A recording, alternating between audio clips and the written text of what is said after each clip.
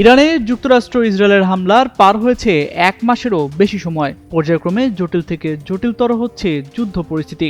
এর মধ্যে ইরানের অস্ত্র তৈরিতে বাধা দিতেই ইস্পাত শিল্প ও পেট্রোকেমিক্যাল স্থাপনায় হামলা করার কথা জানিয়েছে ইসরায়েলের প্রধানমন্ত্রী বেনিয়ামিন নেতানিয়াহু।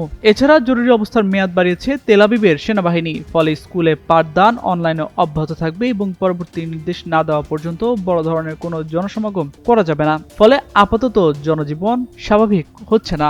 এমন পরিস্থিতিতে ইরানকে ঘিরে সংঘাত বৃদ্ধির বিষয়ে নিজেদের সংবাদ মাধ্যমগুলোকে জানিয়েছে ইসরায়েলের সামরিক বাহিনী। কারণ যুদ্ধ বন্ধের বিষয়ে কূটনৈতিক প্রচেষ্টা ব্যর্থ হয়েছে এবং তারা এখন মার্কিন প্রেসিডেন্ট ডোনাল্ড ট্রাম্পের কাছ থেকে ইরানের পাওয়ার গ্রিড ও জ্বালানি সম্পদে আঘাত হানার অনুমতি পাওয়ার অপেক্ষা রয়েছে।